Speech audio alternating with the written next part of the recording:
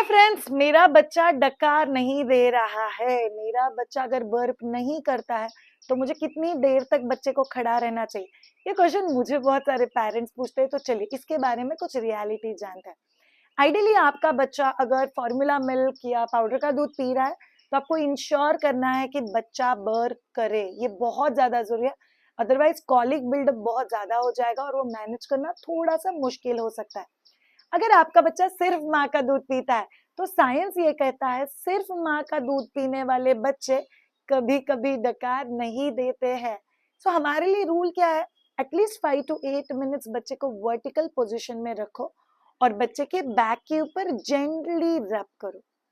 ये बहुत अच्छे से काम करेगा।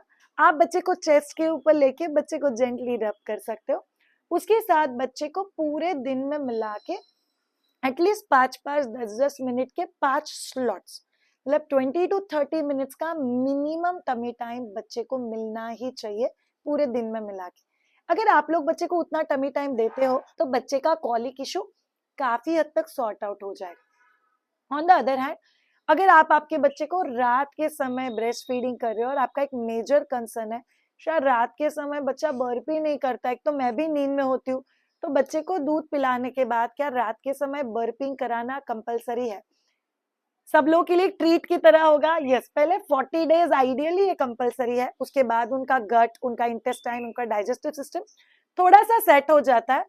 सो 40 डेज के बाद अगर आपके आपके बच्चे को कोई रिफ्लक्स का इशू नहीं हो रहा है, सीवियर वॉमिटिंग का इशू नहीं है, बच्चा बहुत ही अच्छे से ग्रो कर रहा है, तो फिर आप लोग रात के समय का जो बर्पिंग है वो कैंसिल कर सकते हो। बट अगर आपके बच्चे को सीवियर कॉलिक इशू है तो फिर आप लोग उस चीज को कैंसिल नहीं कर सकते।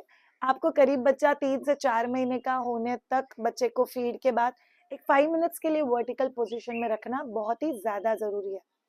नेक्स्ट थिंग, अगर मेरा बच्चा बर्प नहीं करता है इसका मतलब क्या मेरे बच्चे का पेट नहीं भरा है? The answer is no no no.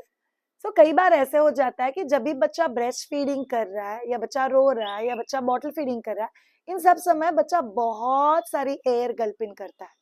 But ऐसा हो सकता है कि आपका बच्चा उस पर्टिकुलर फीड के वक्त उन्होंने ज्यादा एयर गल्प इन नहीं किया, या बच्चे का डाइजेस्टिव सिस्टम अभी बेटर है, इसकी वजह से दूध डाइजेस्ट करते वक्त जो गैसेस रिलीज होता है वो अभी कम हुआ है। तो कभी कभी बर्पिंग बच्चा नहीं भी करता है और उसका डायरेक्ट कोरिलेशन बच्चा भूखा है ऐसा हम लोग नहीं कर सकते। So parents just be peaceful. मुझे किसी ने बोला कि श्रेया मैं मेरे बच्चे को 30 to 45 मिनट्स फीड करती हूँ, उसके बाद 30 to 45 मिनट्स बच्चे को खड़ा रखती हूँ जब तक बच्चा बर्प नहीं करता, फिर बच्चा बर्प नहीं करता है तो मुझे लगता है बच्चा भूखा है, इसीलिए मैं वापस रीफीडिंग के लिए लेती हूँ।